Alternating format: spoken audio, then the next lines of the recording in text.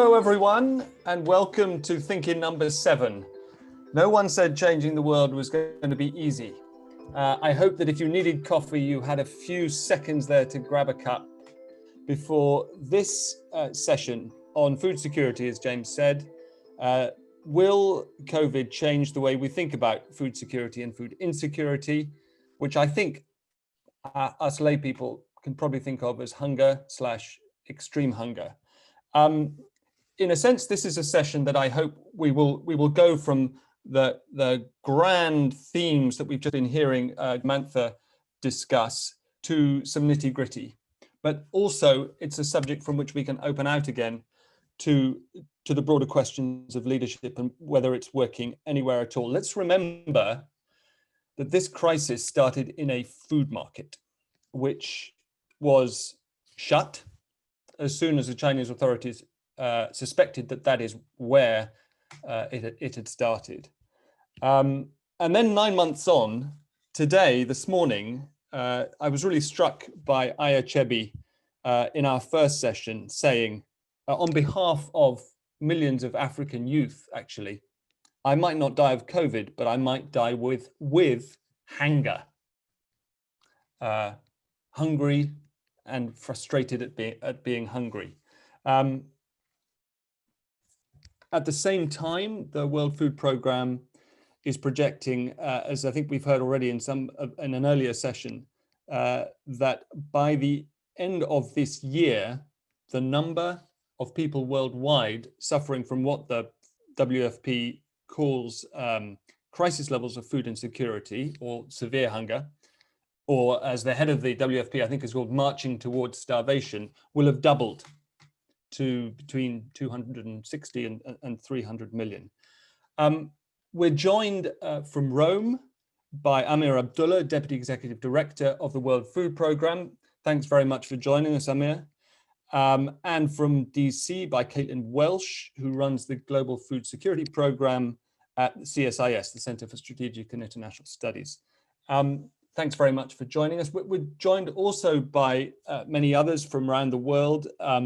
And I know some of you, or I hope some of you, are a good deal closer to what we might call the front line of food insecurity. And I hope we can hear from you too. Now, those of you who've been with us all day or for part of it or for any previous Tortoise Think-ins, at this point I should interrupt myself and thank the One Foundation, Project Everyone, Chicago Council on Global Affairs for their support. A lot of the convening and the people who are with us here today are with us thanks to them.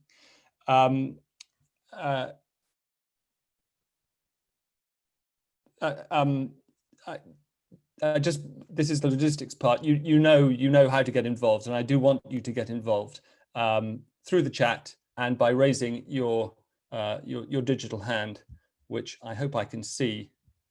I'm sure that Claudia, who is manning the chat, will direct me to them if I can't see people raising. She's raising her thumb, so that's good.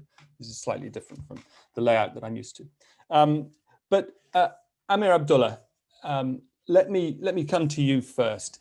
You've got nearly 30 years experience with the WFP, the World Food Programme, from the front line to chief operating officer in New York. And let's remember that one of the premises of our whole discussion today is that in the face of COVID-19, global leadership has been lacking.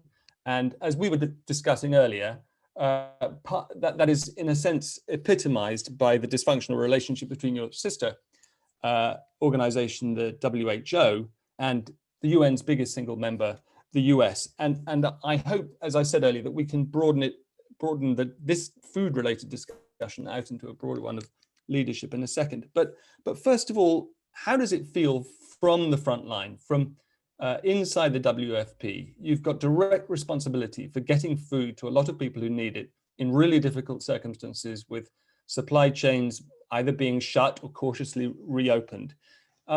Give us a sense, if you will, of what's working and what's not. Okay, well, thanks very much, Giles. I think, first of all, I mean, and to answer the question, will COVID-19 change how we think about food security, food systems, and responses? My sort of short answer to that is it better do, because there was so much that was, in a sense, wrong before that has actually come into sharp relief and sharp contrast because of COVID-19. It's been exacerbated by it. It's got worse because of it, but those problems were there anyway. And there were problems that need to be dealt with by changes in behaviors, change in policies, and in some instances, changes in leadership, if not change in leadership's behavior. So that's just sort of like, in a sense, the short answer. But expanding on that a bit, I mean, before COVID-19, the number of acutely food secure people was actually on the rise. And unfortunately, we'd seen some years of it going the right way, and then we'd seen a rise, and driven by climate change, conflict, and other things, and now exacerbated in a sense by COVID-19. And as you just said, we going up from 185 to a staggering 270, 300 possibly million people being really acutely food insecure is not something that the world should be seeing at what is in all reality a time of plenty, but a time of plenty that cannot be distributed because of logistics and supply chain problems exacerbated by COVID-19, but also because of poverty and an inability of people to actually access that world of plenty. Again, now exacerbated by COVID-19. If you look at the ILO's staggering statistics about the loss of jobs, how many hundreds of millions of jobs are, and the ones who are losing jobs are not the chief executives. It is people on day labor, temporarily employed, lower level. It's also people who are often supporting through income transfer and jobs. Many of the jobs that were lost, for instance, in the United States and other parts of the developed world, were jobs that people who had come from either South America or Africa, Asia, and were doing those jobs and sending remittances back home. So it wasn't just the job owner and even the job earner's immediate family. It sometimes could be as many as 2 or 3 families in their home countries that were getting some kind of remittance and support. So, and all of those people are now in this food insecurity conflict. So I think one thing that the COVID crisis has done is it has brought, as I say, into sharp focus the fact that climate change, conflict, and livelihoods, poverty are all intertwined and interlinked. But I think what we need to see are also changes in food systems as well, the world's food systems. There is a global food system summit in the making that will take place towards probably the end of 2021. But this has been an opportunity, in a sense, now for us to recognize that you mentioned that what happened here began in a food market, and how do we look at all the components of a food system: production, trade, distribution, access, consumption, the types of foods. There's a nutrition crisis right behind a food security crisis. A nutrition crisis leads to an education crisis, because malnourished children are not, even if they had the schools to go to, they're not going to learn and get to the potential that they would need to be. So, and all of these things need collective leadership, a collective change in how we all manage.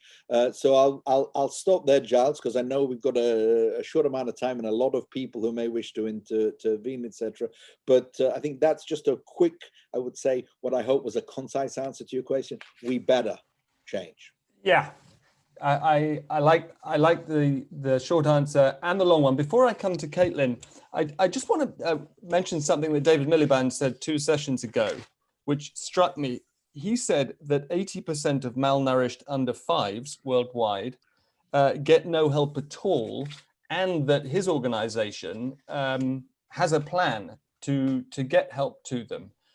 Can you respond to that just right now? Because I think one of the things that we're zeroing in on is that absent sort of political intergovernmental cooperation on the scale that we need it, we need agencies such as yours to be reaching out to agencies such as his and making those plans happen.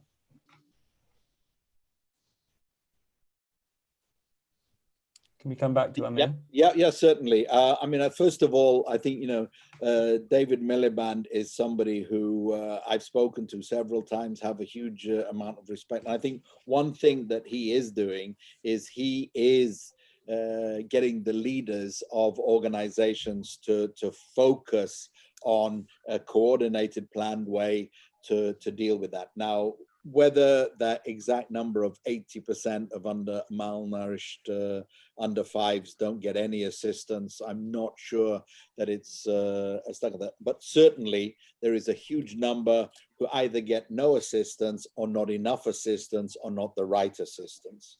And that dealing with it does need, in his words, a coordinated, planned effort. So fully agree with the need for that. And he's actually spot on in identifying that group as a group for which we need a plan, for which we need to fix, because that's the generation of the future. It is those children who will grow up and be running the world 15, 20, 25 years from now. So in a sense, as we head with our and I have the flag behind me for the Sustainable Development Goals, Agenda 2030, and getting there, that's just getting the world, hopefully if we achieve those goals or get close to them, it's getting the world ready for that generation.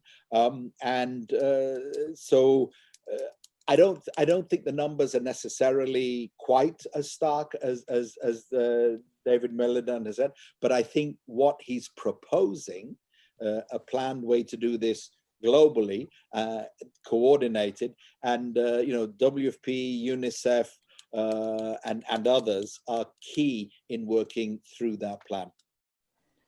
Thanks very much. And of course, those under fives are the ones for whom a malnutrition crisis becomes an educational crisis, as you were saying earlier. Caitlin Welch, who before being at the CSIS, you spent 7 years specializing on food security at the State Department. Thanks for being with us. I gave you as kind of a heads up yesterday, and you gave me a heads up as well about what was on your mind here. You raised the idea that perhaps over the past 6 to 9 months, we might have got over the worst in terms of what you called system shocks, but we're still left with these very daunting projections of the aggregate numbers who are going to face extreme food insecurity in the next few months. As Amir was saying, many of there's an unemployment crisis that is integral to food insecurity. So what, as an informed observer, is on your to-do list to head off the worst of the sort of interlinked crises that we face related to food? Giles, thank you for that question, and thank you for having me today. It's a pleasure to be with you and with my colleague Amir. One of the most important things, I think, is to continue to remind the global food security community this is not the last global food crisis. This is not a crisis of the same nature as the last one we experienced, which was in 2007 and 2008. And I think that we often look back to that moment because that was a moment when there was significant political attention and significant energy around global food security, and there was you saw coalescing around a common cause and a similar approach to improving global food security. But the crisis we're experiencing today is of a wholly different nature than the one that we experienced in 2007 and 2008. And that's the one that this is a point that the UN Secretary General has made. He made it this summer. He said that this will not be a crisis akin to the crisis of 07-08. So very quickly, that crisis was one that had to do with production levels. There was depressed production in many parts of the world, and there was upward pressure on prices because of poor political decisions on the part of exporting countries, and also high energy prices. All those things made food more expensive, which threw an additional about 40 million people into acute food insecurity. That was the crisis of that time. I'm seeing right now a crisis essentially twofold. One has to do with COVID-19 and the shock that is giving us system-wide. First and foremost, echoing what my colleague Amir has said, has to do with reductions in wages and job losses. And that to me is the most immediate threat to food security. Just to emphasize this, when the World Food Program updated its estimate for the number of people who are at risk of acute food insecurity this year to 270 million people, it based that estimate on reductions in remittances estimated by the World Bank and estimates of job losses by the International Labor Organization. First and foremost, you have wage losses and job losses. Second of all, you have system-wide disruptions, and those were ones that, Giles, you and I talked about recently. I think that when the pandemic was first taking hold, we saw the worst of those, and I'm hoping if we have a second wave, not in the business of predicting whether or not that will happen, but should we have another uptick in cases worldwide, that we'll be ready, we'll be prepared for those. But those were system-wide shocks having to do with transport of foods to markets, transport of inputs to farms, transport of food from farms to markets, closing of markets in urban areas, all those system-wide disruptions. Really importantly though, and again, this is echoing something that Amir has said, absent COVID-19 this year, even if we hadn't had the pandemic and the huge shock this has to our food systems around the world, we would be at a point where we would have to be reckoning with our approaches, and we'd have to be taking a new look at our approaches to improving food security in any case. Because, as was already mentioned, new data out this year is showing that global hunger has been increasing since 2014. We had thought that it started increasing a bit later in the last decade, but it started increasing much earlier. And on top of that, not only has global hunger been increasing for the past 6 years or so, despite our efforts, despite the excitement around global food security that I just mentioned, really importantly, the access to healthy diets is it's abysmal around the world. And the UN put out a report this July with a really interesting emphasis, interesting examination of the cost of different diets around the world. One of the most important findings out of that data is that 3 billion people around the world don't have access to minimally healthy diets. So all of this to say, absent COVID-19, absent this crisis, we would still be at a point where we need to be revisiting our approaches to global food security. Okay, and if I understand it right, you regard that minimal or lack of even minimal access to a healthy diet as a problem that is as prevalent, or at least prevalent, in many rich countries as in the developing world, including your own. Is that right? Oh, certainly. And this is one thing that I think is incredibly important about the pandemic, is that it's having effects in, as you mentioned, developing, low income countries, middle income countries, and high income countries. In the United States, we have record levels of food insecurity among children, highest levels we've ever seen, and this is in the United States. So certainly, this is a challenge worldwide.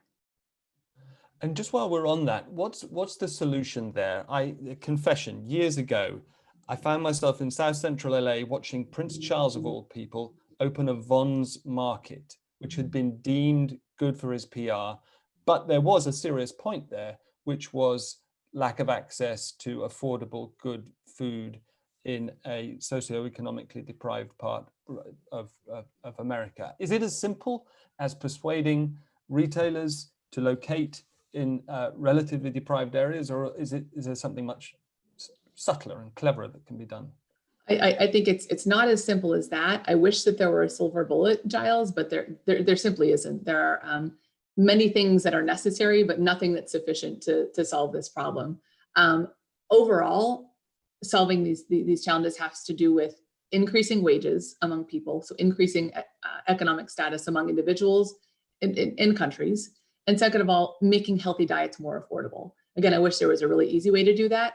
But it's going to take many interventions system-wide. But yeah, those are the two of the things that I see as most important. Okay. Now, to give my colleagues plenty of time to get to them, I want, if possible, to come to Dr. Daniel Ogwu, if he is among our participants, and maybe to Sally, who I see. Oh, hi. Great to see you there. But just first, before we come to you, Daniel, one more question for Caitlin. You mentioned yesterday that whereas historically or over the past decades, the emphasis in relieving severe hunger in the developing world was on rural communities, that is switching to urban ones. Again, I don't expect that there's a silver bullet, but how do you quantify that? Well, I'm glad you asked that question. How do you quantify it? I think that the most important thing is to quantify it at all. I think that we have very little data to show, very little recent data to show that food insecurity levels are worse in rural areas than urban areas. I think that that's a commonly held notion. It certainly is. But the world has been changing drastically. Demographic shifts have been happening for the past several decades. A lot of the data that we refer to inform our policies and our investments are now 10 and 20 years old. Right now, you have the highest number of refugees and internally displaced people the world has ever seen. You have about 1 billion migrants worldwide. Urbanization increasing across the developing world. And when you listen to aid organizations, they're constantly emphasizing that food insecurity is being experienced among urban and rural populations both. In response to the last crisis that we experienced, the one in 07-08, vast emphasis was, vast amount of funding and energy was put into addressing food insecurity in rural areas. I'm hoping that with this crisis, we'll finally be expanding our view to be looking at food insecurity in rural and urban areas. Great, thank you. Let me come now to David Ogwu. As I understand it, you're an environmentalist in eastern Nigeria. Are you actually in Enugu, where I did some of my growing up? Yes, I'm actually in Enugu right now. Well, tell us what's on your mind in relation to food security. Actually, what is on my mind as relation to food security or food insecurity we are talking about is that I think we should have in mind that certain countries or continents in the world, such as sub-Saharan Africa, actually was hit when we come to food insecurity. The projections are very grim. According to the Food and Agriculture Organization, as of now, over 7 million Nigerians are actually short of food. And I think even in reality, the situation is actually worse because of the COVID-19 and the shock in the economy, where a lot of people are not even able to the money to buy food and all of that. And I would know that the challenge of food insecurity in Nigeria and also in sub-Saharan Africa is actually driven by a major factor, which is climate change. You know, considering our geography and our location, it is already a fact. We all know that sub-Saharan Africa is most vulnerable to the devastating impact of climate change, especially when it comes to security. According to the World Bank, we already know that Nigeria is even going to suffer between 20 to 30% decline in crop production, livestock decrease in livestock productivity, and this is going to make us become largely dependent on food importation. And one of the major calls, I want to make on this platform to world leaders is that, we should also give the same urgency and priority we have given to COVID-19. We should also be able to prioritize the climate crisis and stop, paying lip service to as though climate change and climate crisis is not real, because some of us in this part of the world are actually feeling the pangs and the devastating impact worse than other places.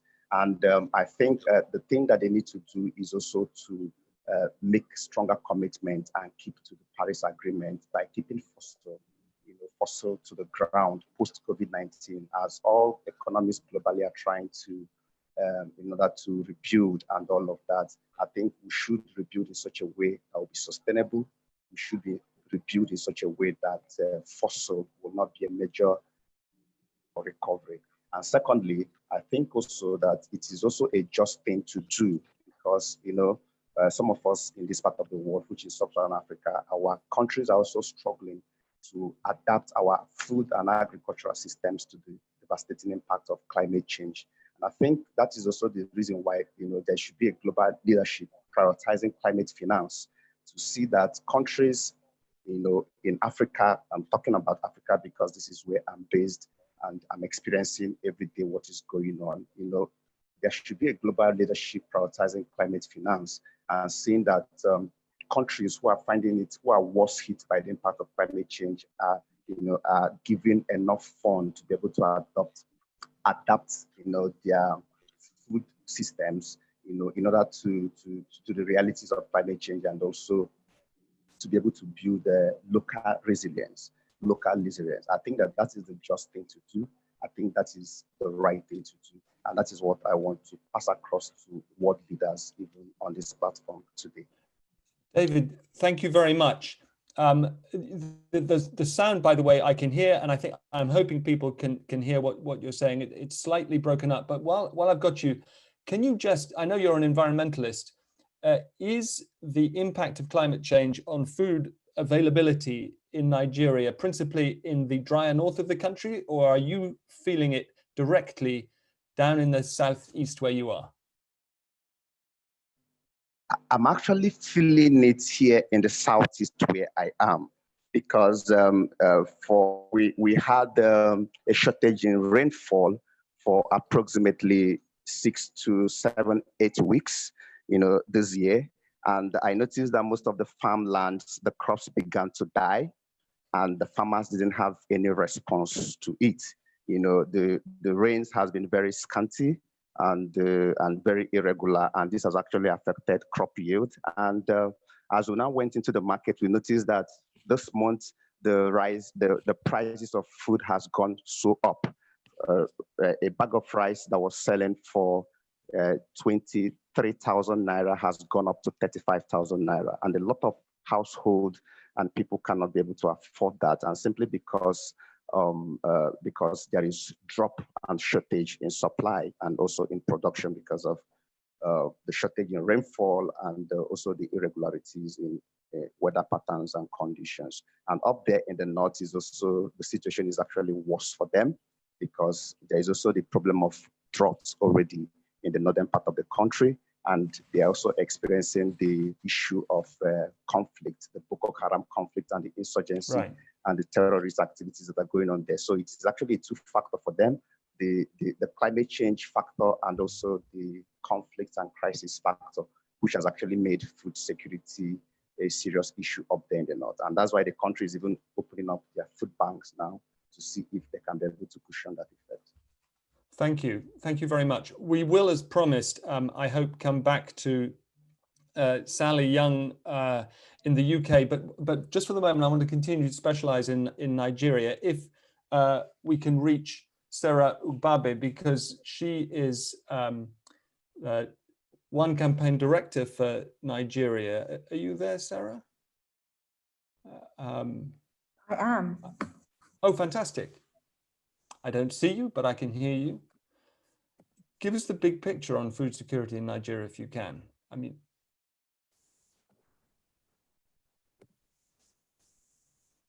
hello? Can you hear me? I can, yes. And I can see you now as well. Fantastic. As the former speaker mentioned, there are a few factors that are now at play. So we've got the climate change hampering things like flooding actually in Kebbi State and wiping out their rice production.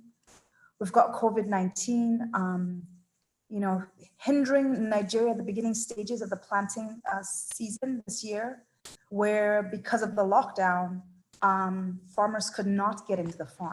And there was a lot of confusion about can farmers go to their farms, or will they be detained by the police? So that added some strain to the food security landscape. And then we've got the issue of yields. So before COVID, a lot of countries, including Nigeria, we don't provide the same amount of yield per hectare that the rest of the world does. So here we are in an environment where our poverty levels are growing significantly. I mean, we started pre-COVID with about 93.2%, about 93 million people living under $1.90 a day. And that number is going to grow for sure. In fact, we're seeing the spikes with the newly released poverty report. And knowing that about 80% of the population, 70 to 80% of the population does a lot of subsistence farming. I'm afraid that if we don't have a national and regional response to the food security issue, we're going to be in a lot of trouble. And the challenge is there's a tension with the pendulum swinging from globalization and a more open cooperative environments to nationalization and regionalization. So we're asking for a corridor in Africa, grain corridor, so that we can collaborate within the continent and supply food for the continent, especially as we see protectionist measures being placed in the West. So when we pivot from the problems to the solutions, we really have to think critically about solutions that not just speak to the nation Nigeria, but speak to the region of Africa. And as we think about that, we actually need to start projecting that how does the world recalibrate the supply of food? Because in some ways, it's not how much food there is, it's how do we redistribute the food so that people who need it have it. Right. I'm afraid I have more problems than solutions here, but it's something we have to grapple with. Yes, I mean, it's a huge subject. Let me just clarify one point. You said that you're looking for national and regional solutions. I mean, are you suggesting that actually progress there is more important than progress on the global leadership level, or is there a distinct role that you see for improved international input to resolve this crazy problem of rising hunger in a time of plenty? I can't underscore enough that international collaboration is exactly what we need. But I think the reality is, in an environment, and we're seeing it, where international collaboration is not as forthcoming as we hope it could be. Countries are now thinking, well, if international leadership is not forthcoming, how do we start pivoting regionally and nationally? And I think that it's a necessary conversation, but the most efficient, the most effective is international collaboration. But we do need to see that happen at some level of speed. And so that's where the tension lies. I see. Thank you, Sarah. I'm conscious of the clock whizzing by. I'm also conscious of the chat whizzing by, leaving long behind Sally Young's remark on food banks in the UK. But I don't want anyone to think that the UK is immune from these problems. Sally, was there anything you wanted to add on that? Thank you. I think that listening to what's been happening across the world, and particularly from Daniel and Sarah, what's happened in the UK in a way is even worse, because this should not be happening here. There is no reason why it should, apart from deliberate government policy. So we've had a policy of austerity in the UK for the last 10 years. And I work for a local charity in the northeast of England, and we saw the growth, the start of food banks. There was always a very small amount of people who couldn't get fed, but without a doubt, a huge shift in welfare benefits for the poorest people, people with disabilities, asylum seekers, refugees, had an immense issue.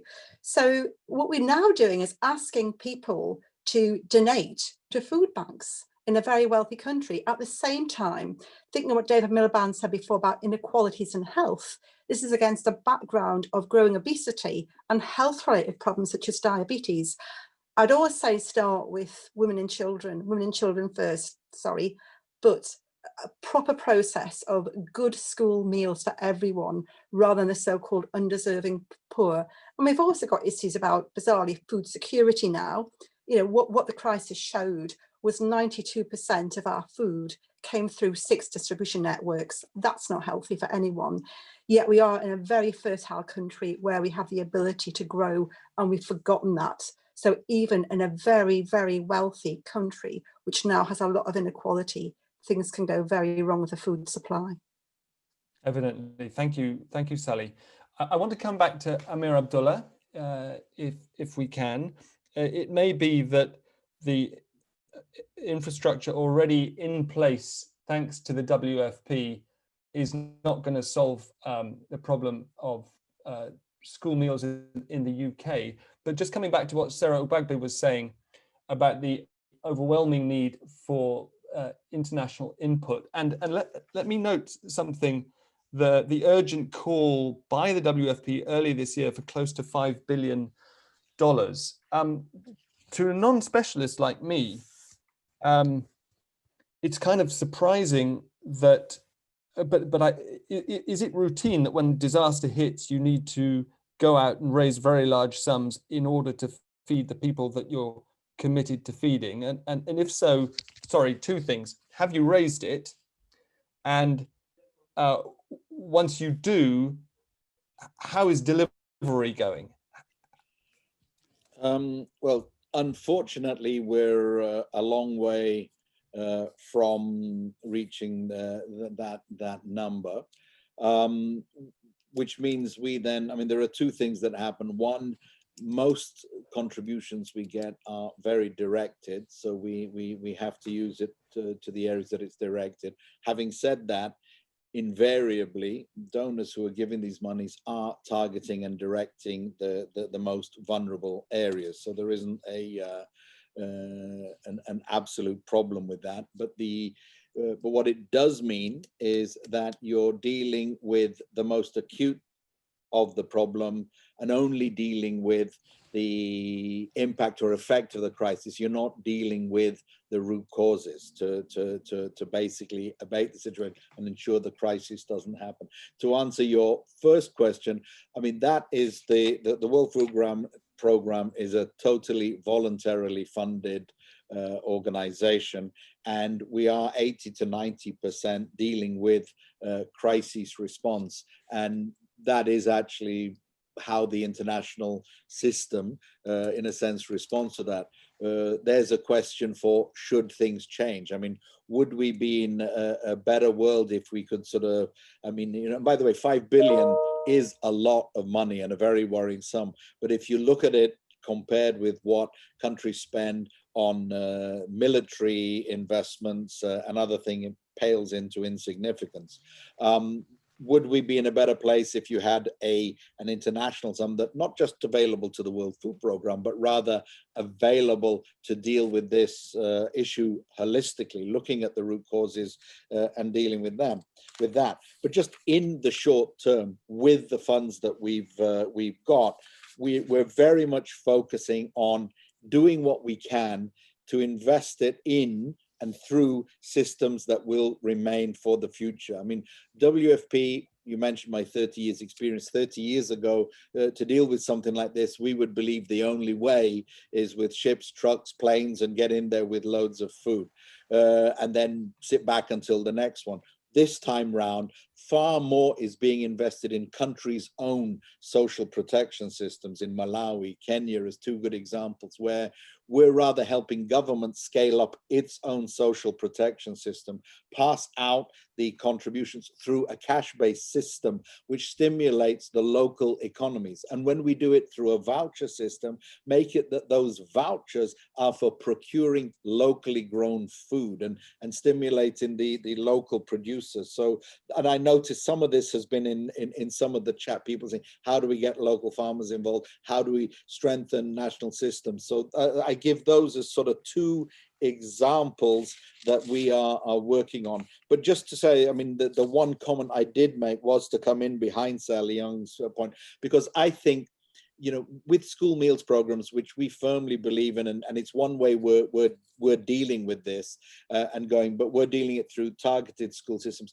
But in actual fact, another thing that's needed, I think, is a global school meals program that actually is for all children, regardless of their status. Because one of the other things, and I know this happens in the UK, I'm a dual citizen of Sudan and UK. My mother's British, my father's Sudanese, but the stigma that comes sometimes with school meals, we don't want that to be something that and you can get away from that if all children, if there's one place where they can learn to start that we are all equal, and that so you do that at school, that they're all on the schools, and that allows for us to ensure that we're getting nutritious meals to all children in all schools. And ideally we'd love to be doing that.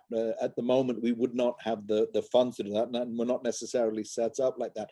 But it's governments themselves, and the leaders of those governments. If you're saying about, is there a change in world? I think that's something that world leaders, we come to. I mean, we're at the, this year we'll celebrate the UN at 75 years old. It's quite a time and that brings together UN leaders and world leaders to celebrate. Yes, it was a great thing that happened 75 years ago, but probably the crises that the world is facing now and could face for the next 25 years, if we want to be celebrating an at 100, where we've got a really different world, then the way we do this has to change, and it has to change now.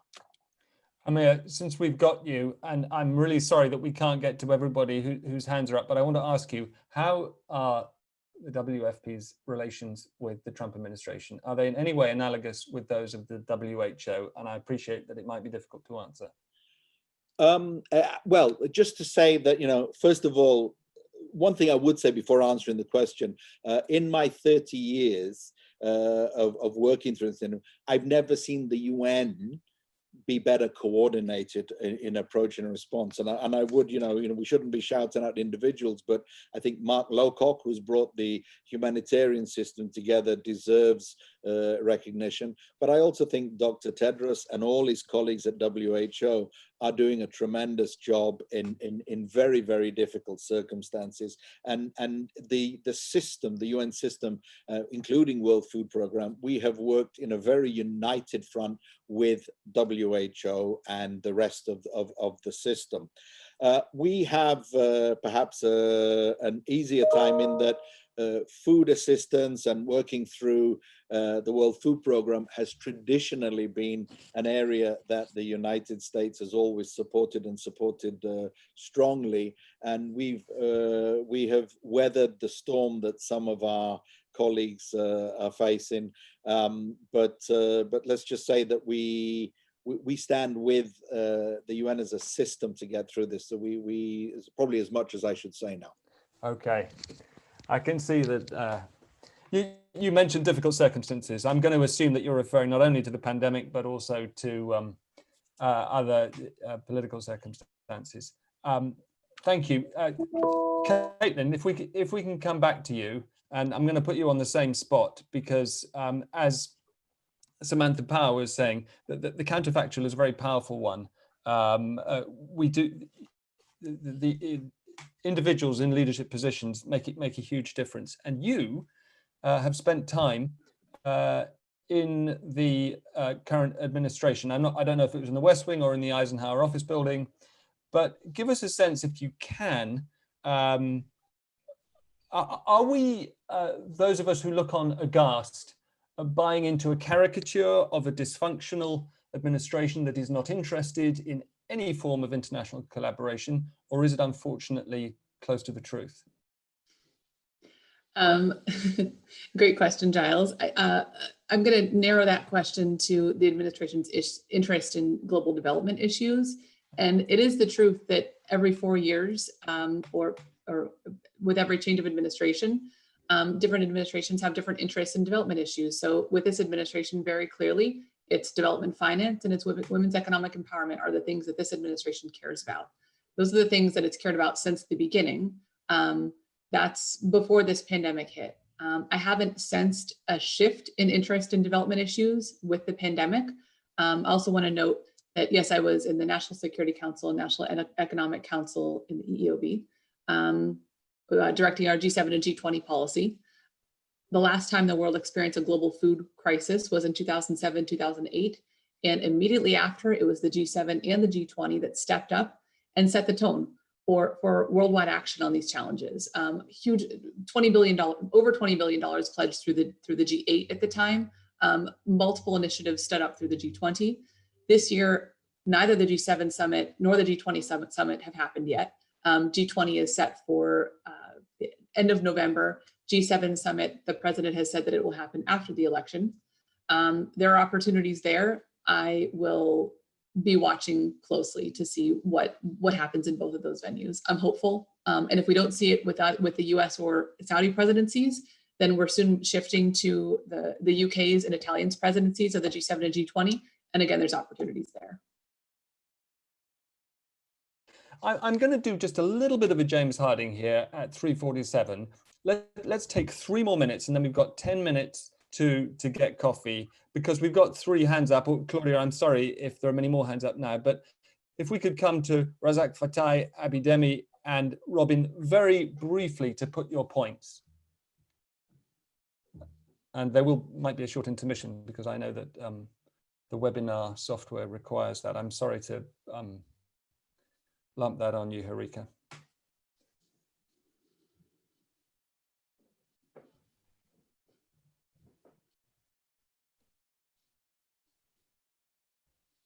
All I can say is I'm glad you cannot hear my son playing the piano in the background. Hello. Hello. Hello. Is this Razak? Yes. Hi. No, this is Abidemi Adewi. Oh, great. Glad we found you. What did you want to say? Yes. In Africa, a couple of multinational companies, international corporations, actually play a critical role in food production, or perhaps food processing within the value chain in Nigeria, and which is also a reflection of what goes on in other African countries. Very importantly, they would rather import critical raw materials outside of Africa into their base of operation in many African countries and process it. I think in order to ensure food security in Africa, it is the right time for such corporations to integrate what is called backward integration into their processes, such that they can actually give critical support to local farmers so as to produce these raw materials instead of importing them from Africa, instead of importing them outside of Africa. I think this is really crucial in this post-COVID-19 era. That's a really nice specific point, and I'm gonna interrupt. I'm sorry there. I just want to give you, Amir, time if you can to respond to that. Is that something that the WFP could play a role in?